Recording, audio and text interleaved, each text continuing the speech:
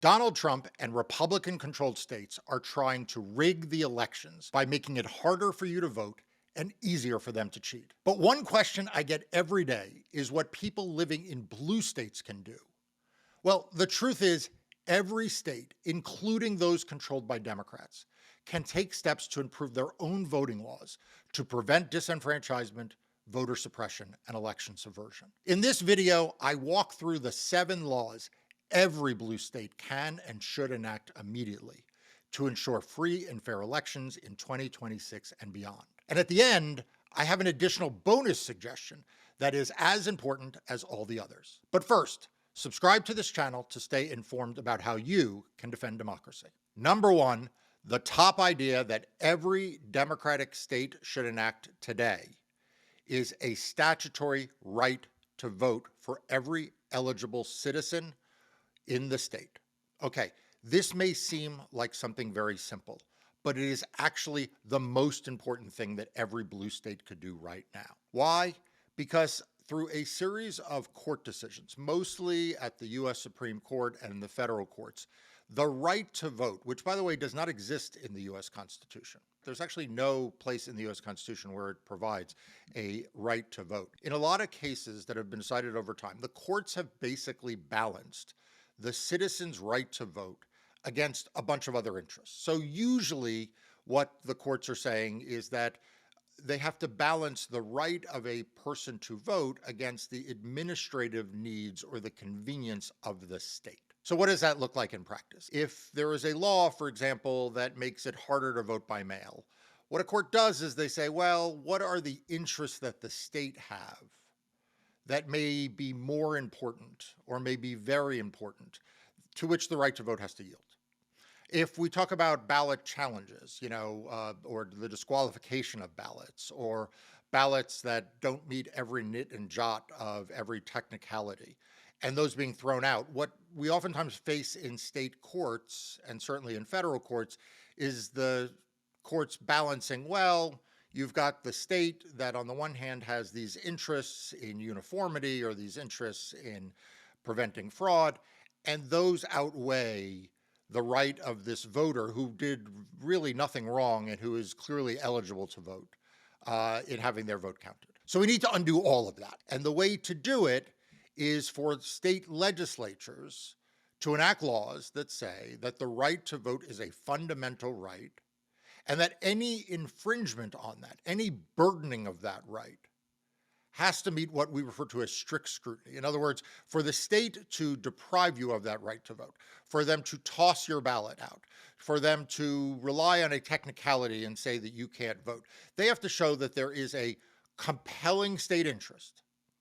There is an overwhelming state need to do that, and that there's really no other way for them to do it. So in legal language, it is that there's a compelling state interest and that the state's restriction on the right to vote is narrowly tailored. Okay, that's what we refer to as strict scrutiny. That's the legal terminology. But what you need to do when you contact your legislators, what you need to know as you advocate for this, is a robust statutory right to vote that does not balance that right of citizens with the administrative convenience of election officials or other ancillary needs of the state, right? We center our voting laws on the voter, not on the election officials, not on the state.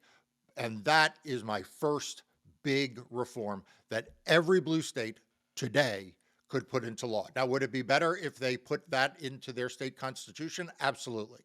Now, interestingly, most state constitutions have a right to vote of some sort or another, but they don't have all of that interpretation that I just gave you as part of it. But for now, since amending constitutions can be hard, I will take it as a statute that every blue state enacts in order to protect the right to vote. So that's my first big idea. But before we get to those, do me a favor. We put a lot of work into these videos and into this YouTube channel. So hit the subscribe button right now to make sure that you are up to date when we post new content. Become a subscriber to this YouTube channel. Also, if you are not already a subscriber to Democracy Docket's free daily and weekly newsletters, click on the link in the description below and you'll be able to get those newsletters as well. All right, reform number 2 that every blue state could adopt and that you could be advocating for today, banning and doing away with the terrible practice, the fake science of signature matching mail-in ballots. Okay, so what does this mean? In a lot of states, when you vote by mail or you vote by absentee, you fill out your ballot, you put it in an envelope, you seal the envelope, then you sign your name on the outer envelope. And when that outer envelope gets returned to the election officials, they compare that signature with the signature on file. Now, usually the signature on file is a signature either from when you registered to vote. It might be a signature from the Department of Motor Vehicles. Sometimes it's even a signature from when you applied for the absentee ballot. Okay, but they are essentially comparing the two specimen signatures. They're looking at the signature on the return ballot envelope with a signature they already have. Now, don't lose me on this, okay? Because I understand the natural intuitive appeal to this. And I understand why states found themselves adopting this. At a very surface level, you say, well, isn't this a really simple way to prevent absentee ballot fraud? And the answer is no. What it is a very simple way to disenfranchise tens of thousands of voters per state. Actually, in a lot of big states like California, it's hundreds of thousands of voters in every election. And these are voters who have done literally nothing wrong. What has happened is that some election official has determined that they don't think two signatures match. Well, why the hell should someone have their ballot thrown out because an election official doesn't think that their signature matched? I mean, after all, there's no requirement of matching signatures in order to vote in this country, and we should not be imposing one. We need to simply ban the practice. Now, this is not a theoretical concern. I mentioned that tens of thousands or hundreds of thousands of ballots get thrown in the trash every election because of this. But the ballots that get thrown in the trash are not equally distributed among the population. No. If you look at them, they are overwhelmingly the votes of younger voters versus older voters, minority voters versus white voters. And in some states, there is data to suggest that women have higher rates of rejection than men. Now, why is this? Well, first, with respect to young voters who are the most discriminated against in this process, it is because they don't prize a consistent signature in the way older voters do. When I came of age, we signed our name a lot. We signed credit card receipts, and those credit card receipts were actually compared to the signature on the back of the credit card. We signed contracts. There was no such thing as DocuSign. We signed physical checks. That's right. We used to physically write out checks and sign them. And again, that physical check would go to the bank and the bank would compare the signature on the check with the signature on the account. None of that is the lived experience of younger people. Young people do not live in a world in which their signature, their physical specimen signature, has to remain constant throughout their lives. And so they don't. On top of that, newer registrants, people who have registered more recently rather than older, they are more likely to have signed on a tablet. And anyone who has signed on a tablet knows that it simply does not match the signature with a wet ink piece of paper. So, of course, the signatures don't look alike because one was on a tablet, one was electronic, the other was physical. And finally, even when young voters do have a signature, it tends to be, I don't want to say less legible. I mean, anyone who's seen my handwriting knows it's less legible, but there is not the same prize on cursive handwriting as there was years ago. And therefore, signatures can look a lot messier and therefore lead to higher rejection rates. Now, how bad is this rejection rate? Just look at the state of Colorado, a state with good election administration in the main, an all vote by mail state. This is a state that Democrats run, but yet 2/3 of all ballots rejected, all mail-in ballots rejected based on signature mismatch were for voters under the age of 30. That's right, 2/3 were under the age of 30. This is true data and replicated in state after state after state. States run by Democrats, state runs by Republicans. You continually see this over rejection of young persons' ballots. So let me ask you a question. If the state of Colorado rejected 30,000 ballots, it actually rejected more than that, but let's say 30,000 ballots. Does anyone watching this video really believe there were 30,000 fraudulent votes? Does anyone believe there were 300 fraudulent votes? How about 3? Right? So for the price of trying to track down the one-off odd fraudulent ballot cast by someone signing a name to a ballot that wasn't theirs, how many tens of thousands of voters are we willing to disenfranchise? And like I said, these numbers are much larger than 30,000. They are in the hundreds of thousands when you add in California and Washington and Oregon. Notice I'm using all blue states. Today is day that we talk about blue states. I could use statistics from red states, and you all know I do not give a free pass to red states at all. But today, I'm not giving the free pass to blue states.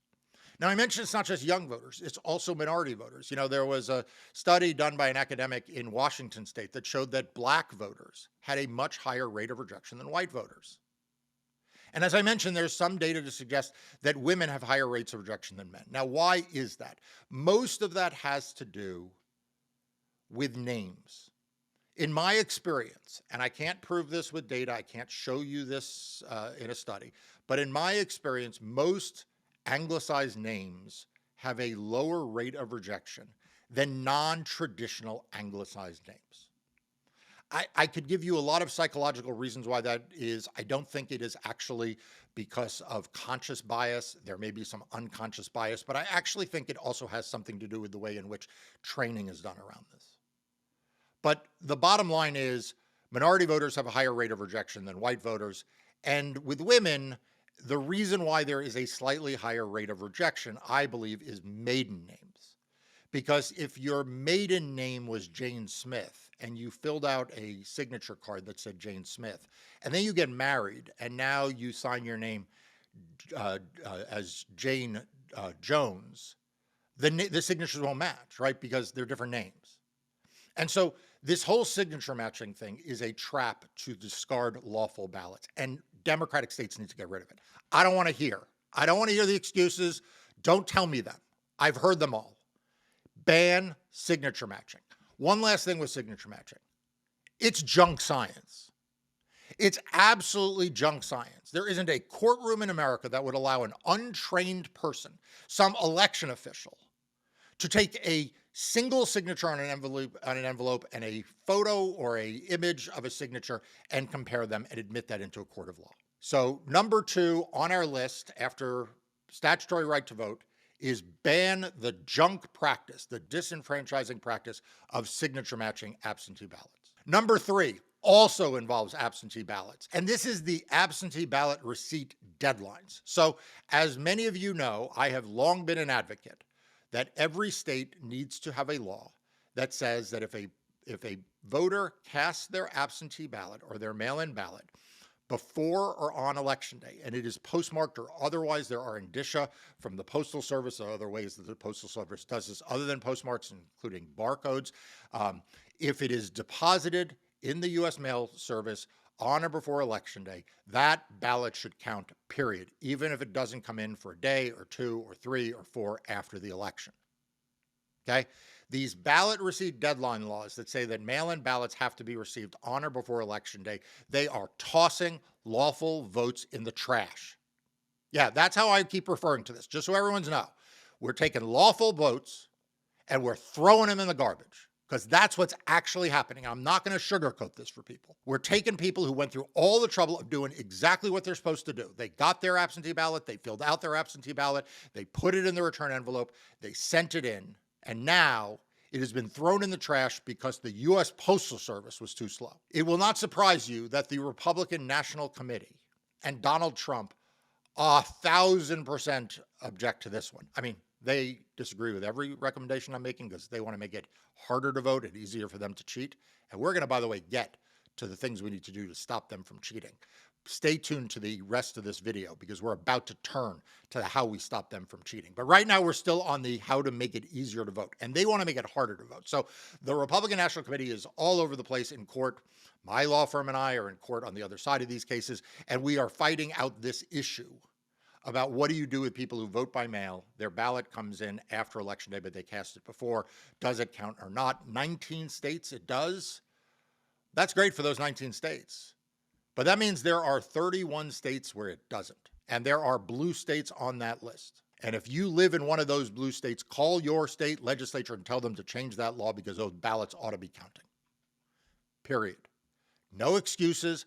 I don't want to hear about it, convenience for the election officials. I don't want to hear about their deadlines. Move their fucking deadlines. Be a little inconvenienced, but don't disenfranchise our voters. All right. That's it for mail-in voting. Those are my two mail-in voting. Now, I wrote a piece years ago in 2020 with 4 pillars to protect mail-in voting. Those were 2 of the 4 pillars. There were some others, and those I still believe in. That includes allowing third-party ballot collection and also making sure that there is free postage for anyone who casts a mail-in ballot. Those are still critically important, but these are the 2 that I've put here today. Also, if your state has other restrictions on mail-in voting, like requiring a witness, that's garbage, that's trash, that should go away. If you're in a state like Pennsylvania that requires all of these inner envelopes and outer envelopes and dating, those are all trash, those should go away as well. These are just traps for the unsuspecting person who can't jump through every last hoop. But you know what? My first one about right to vote might capture some of that and actually strike those down in court. So anyway, those are the first 3 that deal with an overall right to vote and 2 that deal specifically with mail-in voting. But let's now talk about in-person voting, because there is a scourge in the in-person voting arena. And unfortunately, like many of the other things we're talking about, it does not hit all populations equally. I believe that if all restrictions on voting hit the entire population equally, we wouldn't have them. If they were hitting rich people as much as poor people, white as much as black, old as much as young, we would find solutions to these. But we don't, because the people being inconvenienced so often are young voters, are minority voters. And that is certainly true with respect to my next request, which is that you call your legislatures and tell them that they need to pass a law that guarantees every voter the right to vote in person without waiting more than 30 minutes in line. That's right, a 30-minute time deadline for the right to vote. Now, where did I get 30 minutes? Well, it turns out there was actually a bipartisan commission on long lines and wait times in voting under President Obama. It was a presidential commission. It had equal number of Democrats and Republicans. It's co-chaired by a prominent Republican election lawyer and a prominent Democratic election lawyer. And they surveyed the landscape and looked at all of the best science. And they said that 30 minutes should be the maximum time that any voter should have to stand in line in order to vote. And let's be honest, 30 minutes is a long time. Like, I don't want to wait 30 minutes in line to vote. You probably don't want to wait 30 minutes in line to vote. And certainly in today's day and age, we have the technology, we have line technology, we have the resources, if we have the will, to ensure that no one waits more than 30 minutes in line to vote. And there is a lot of happy talk about this. There's a lot of excuses made, but we need accountability. Because when you look at the images of the people who wait in long lines to vote, they are almost always black voters or people in college. Okay, you never see a white suburban neighborhood with long lines. You never see, frankly, a rural white neighborhood with long lines. The only places where you see the images of people waiting in these preposterously long lines are black voters and people on college campuses. And this is something now, because of cell phone ping data, they can tell how long a cell phone is at a certain tower. We actually can get really good data of how long people are waiting in line to vote. And it's an absolute disgrace. And it's not just a disgrace in red areas. It is a disgrace in blue counties and in blue states as well. And Democrats need to be better on this. We need to lead on this. So let me tell you about a study from Georgia in the primary in 2020. Now, I realize Georgia was a red state, but this is a study from the 6 metro counties of Atlanta, most of which are run by Democrats. If you were a voter in that primary election in 2020 and you were in a precinct that was 90% or more white voters, you waited in line an average of 6 minutes. If you were in the same 6 counties, so there's not a resource disparity here. If you were in the same 6 counties and you were in a precinct with 90% or more black voters, you waited in line an average of 51 minutes. 51 minutes versus 6 minutes. Now you understand why states like Georgia banned food and water for people waiting in line, because the white people are not waiting in line at all. Like if you got a 6 minute line, you don't have time to have food. You don't need water. You're just going through. I mean, 6 minutes isn't a line. On the other hand, 51 minutes, that's the difference between whether you stay in line or you leave because you have to go to work. Whether you stay in line or whether you've got childcare obligations. And that's, again, only the averages. Those aren't even the worst numbers. And so blue states need to acknowledge that they have a problem. And the way to acknowledge they have a problem and to solve it is to quantify it and ban it. So every state should have a law, every blue state should have a law that guarantees voters that they won't wait more than 30 minutes in line to vote. And every polling place should have to track that number. They should have to know how long the wait time is. And if they violate that, I've gone so far as saying, I've written about this before, they should compensate the voter. Now, that may or may not be something that blue states are prepared to do, because I promised these would be simple and easy and not cost a lot of money. And that may cost them a lot of money, because I would say that they should have to pay people $20 an hour for waiting in line to vote. Maybe more, maybe it's $50 an hour. But they should have to recognize that people's time is valuable and they should pay them for their time. But again, drop out the paying part, because that's going to be the more controversial part. I will start with, for 2026, every blue state adopting a law that says that a voter has a right to not wait more than 30 minutes in line to vote, that if the lines are longer, that may give them a cause of action to go to court to remedy these long lines, and that every polling location, every precinct or every county, depending on how the elections are administered, has to publish those wait times, so that after the election is over, the state knows which counties met their legal obligation and which didn't, which polling locations were egregiously bad and which were good. And through that public process, there can then be remedial steps taken to make sure it doesn't happen again. This idea of shortening wait times will go a long way towards discouraging people from walking away from the voting process, not just in the election that they're in, but in future elections. Because here's the thing. You may agree to wait in line an hour or two one time, but I ask you, are you going to come back the next election? What has that taught you about your voting process if you waited in line the first time for an hour or 2 hours? What does it tell you if your neighbor tells you they waited 2 hours? Do you then go to vote later in the day, or do you just say, I don't have that time? So this is a silent disenfranchising thing, these long wait times. It is really pernicious.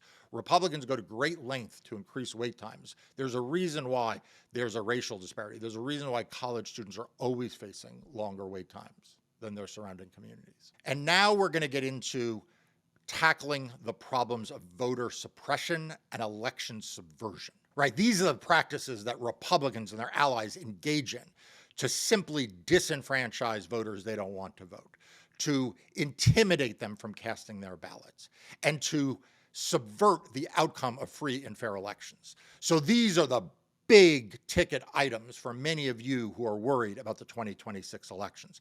I'm worried about the 2026 elections. And the best way that you can stay informed on the 2026 elections is to become a Democracy Docket subscriber. The links to do so are in the description of this episode below. All right. We need to stop the practice of third-party vigilantism in challenging people's right to vote. Now, what do I mean by this?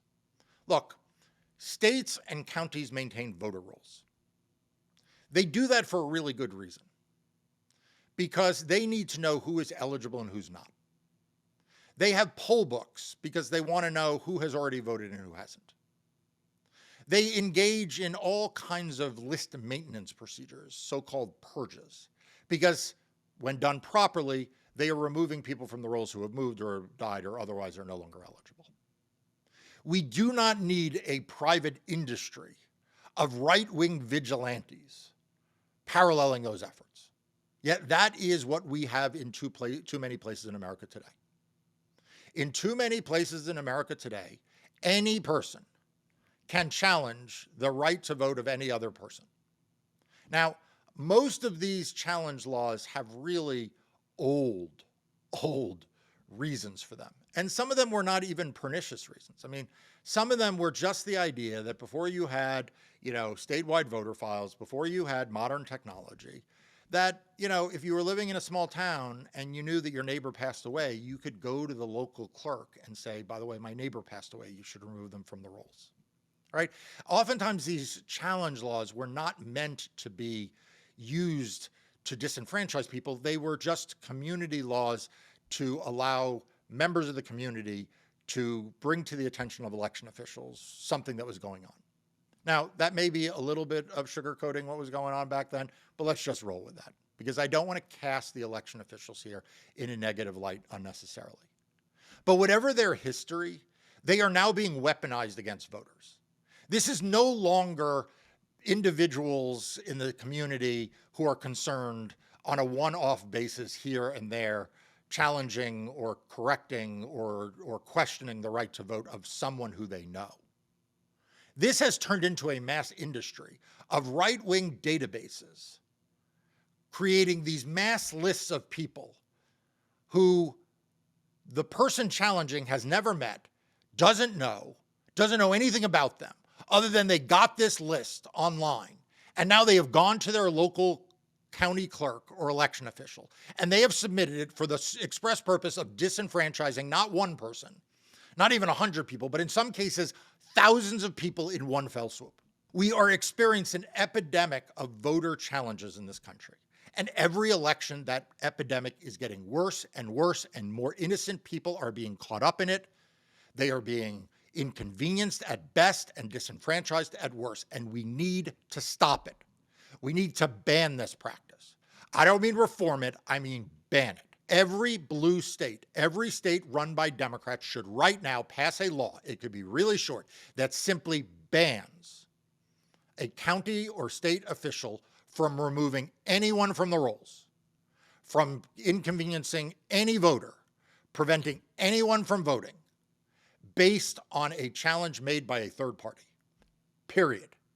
If the state or the county itself does not have the information in its possession, and it has not on its own initiated a process to remove someone from the rolls, it should not be doing so because some vigilante showed up in their office with a printed out list from some right-wing group. That is really easy to do legislatively, and there's no excuse not to do so other than a lack of political will to protect people's voting rights. Okay, sitting adjacent to that is another ban, a ban on voter intimidation. Now, I know what you're thinking. Isn't voter intimidation already banned? Unfortunately, not as cleanly and as clearly as we would all hope. You know, the laws that we use, and I have brought lawsuits against organizations that have, by the way, have done mass voter challenges. I've also brought lawsuits against individuals and organizations that have organized voter intimidation. And, you know, honestly, the laws available here tend to be a little old and creaky and not really designed for the modern age. You know, they were designed oftentimes to protect minority voters, which is great, but sometimes the people being intimidated are not necessarily being targeted because they're minority voters. Sometimes they prevent all kinds of voter intimidation, but they require really hard standards of proof, and the cases move really slowly, and you have to go to federal court. Every blue state could pass a law that both criminalizes voter intimidation and also provides a private right of action. What does that mean? It means that individual citizens can bring a civil case to prevent this practice. So the state can prevent it, the state can prosecute it, but also private individuals, private pro-voting organizations, the Democratic Party can bring lawsuits to prevent these kinds of intimidation practices. I know, you're asking, why hasn't this already been done? I'm asking, why hasn't this already been done? But it needs to be done. Are there First Amendment considerations? Absolutely. Are those inconsistent with preventing voter intimidation? Absolutely not.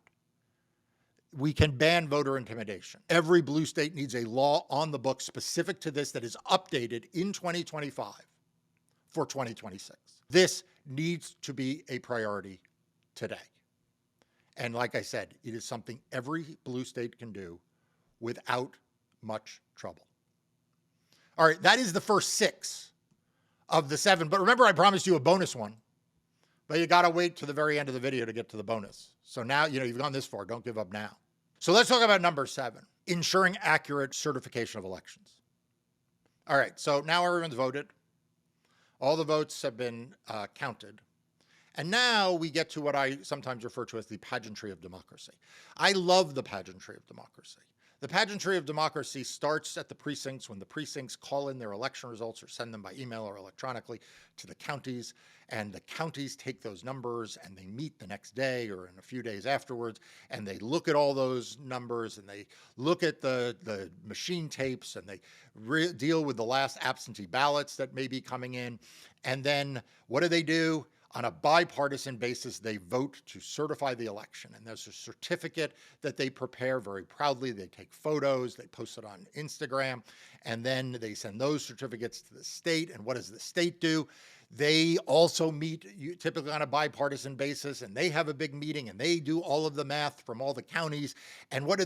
They produce a bigger certificate, probably with a ribbon, and it has calligraphy, and they take photos and they post that on social media. And then that certificate goes to the Secretary of State or the state election board and the governor, and they produce a really big certificate, and it's definitely got calligraphy and it's got ribbons and it is signed. And that gets posted on the internet, and everybody is celebrating democracy. Except that isn't how it works anymore.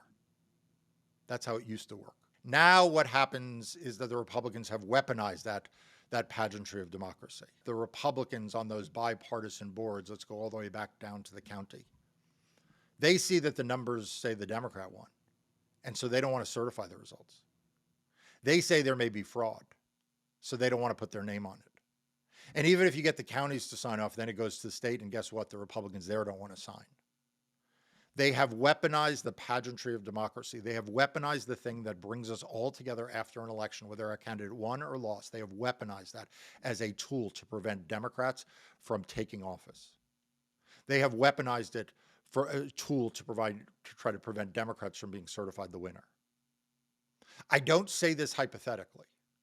I don't say this speculatively for 2026.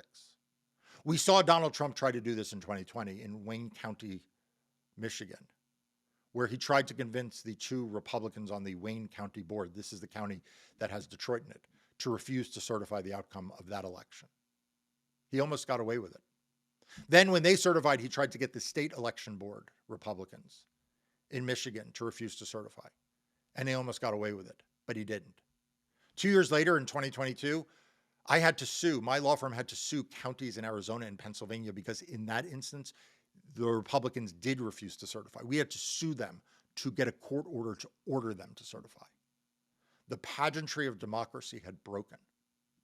In 2024, many of you remember all of the anxiety leading up to that election, that Republicans were trying to enact these laws and these rules in states that would give their election deniers on these bipartisan boards the power to not certify the elections. Remember the state board in Georgia? Remember that whole thing? Yeah, you kind of remember it now, where Donald Trump actually called out a couple of them by name at a rally, at a political rally. And then they tried to pass these rules to say that Republicans and election deniers on state and county boards wouldn't have to certify the election results.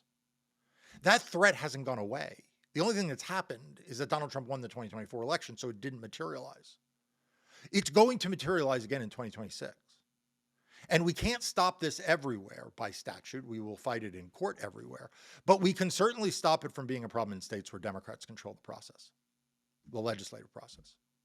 You know, New York's got bipartisan boards. I think I promised not to pick on individual states, but I kind of picked on Colorado and Washington already, so I'm going to pick on New York here. We need every blue state to pass a law today that makes it absolutely ironclad, no wiggle, clear that these certification boards are doing a ministerial act. What do I mean by that? They have no discretion. They have no judgment. They are not to do anything other than the ceremony. And by the way, maybe it's time we just do away with the ceremonies. And we frankly just like move this out of the realm of any pageantry. It's a sad thing, and I hate to see it. And I'm not calling for that yet, but we may get there. But for now, we can certainly pass clear statutes in every blue state that don't leave any doubt at all, that an election denier can refuse to certify the results of an accurate election, period. All right, so those are my 7 things. A statutory right to vote, banning the practice of signature matching with absentee votes, extending absentee ballot receipt deadlines, guaranteeing a voter a right to not wait more than 30 minutes in line to vote, prohibiting third-party voter challenges, banning voter intimidation, requiring that elections be accurately certified. And now I promise you a bonus. And this bonus doesn't fit into any of the other 7, but you're here and it's really important for democracy. But it's going to strike you as not the kind of reform that you would hear in the list of the other 7. And that is this. We are facing an unprecedented attack right now by Republicans using the redistricting process, using their ability to do mid-cycle redistricting to draw lines, to try to rig elections so that they cannot lose. We have seen this in Texas. We have seen this in Missouri. We're going to see it in Florida. We're seeing it in states like Kansas and Indiana and North Carolina. It is going to spread to the Deep South, mark my words. And what we're getting from a lot of states in which Democrats control the process is that their hands are tied. Their hands are tied because they have commissions. Their hands are tied because they have nonpartisan redistricting processes. Their hands are tied because they have adopted some type of reform. Now, in California, we have seen a ballot initiative to undo that reform for one election only. I'm here to tell you, we can't live this way. We can't have a process in which every Republican-controlled state is going to gerrymander it so that Democrats can never win the state legislature. They're going to gerrymander it so that Democrats can never win congressional seats in those states. And Democratic states are operating on a bipartisan commission or some nonpartisan process. So look, I am all for a federal law that imposes a fair redistricting process nationwide. I am all for all of the federal laws that would require commissions in every state. But we cannot have a system in which only Democratic states are providing fair maps and Republican states are providing gerrymandered, because honestly, that just means that Republicans will be in control of those states' legislatures and Congress for the foreseeable future. So while you're calling the legislatures on the 7 big reforms to protect voting rights, tell them that they also need to unshackle their hands moving forward. Now, whether they can do it for 2026 or 2028, I get it, is an open question. Yes, it is an open question. It's not a closed question. A lot of Democratic legislators want you to believe it's a closed question. It's an open question. I understand the challenges. I understand the arguments to be able to do it legally through the courts and the arguments you can't do it. But my point is this. Don't use that as an excuse to not do anything, because as soon as 2026 is over, we'll be into 2028 and then 2030 and then 2032, and it's never going to get easier. So while you're calling your state legislatures to adopt the Elias 7, okay, the 7 rules, tell them that there's an Elias 8th, which is to unshackle themselves, to repeal the processes that are preventing Democratic legislatures from enacting maps. When Republicans are ready to match us reform for reform, we can go back. Until they are willing to do that, though, we cannot unilaterally disarm. So that is my 8th ask, my 8th proposal. Like I said, it is not like any of the other 7, but I think it is vital for democracy. Look, I started Democracy Docket in 2020 to be an authoritative source of news, information, and analysis on what is happening to democracy in court. And what is happening right now is that Republicans and Donald Trump are willing to do anything to hold power. And I would not be giving you my honest opinion if I didn't tell you that the reforms I just gave you, including that 8th, are necessary to have free and fair elections in the future. But one way you can support the work of Democracy Docket and the 21 people who work there, and also keep yourself informed and educated, is to become a Democracy Docket subscriber or premium member. The links to do both are in the description below.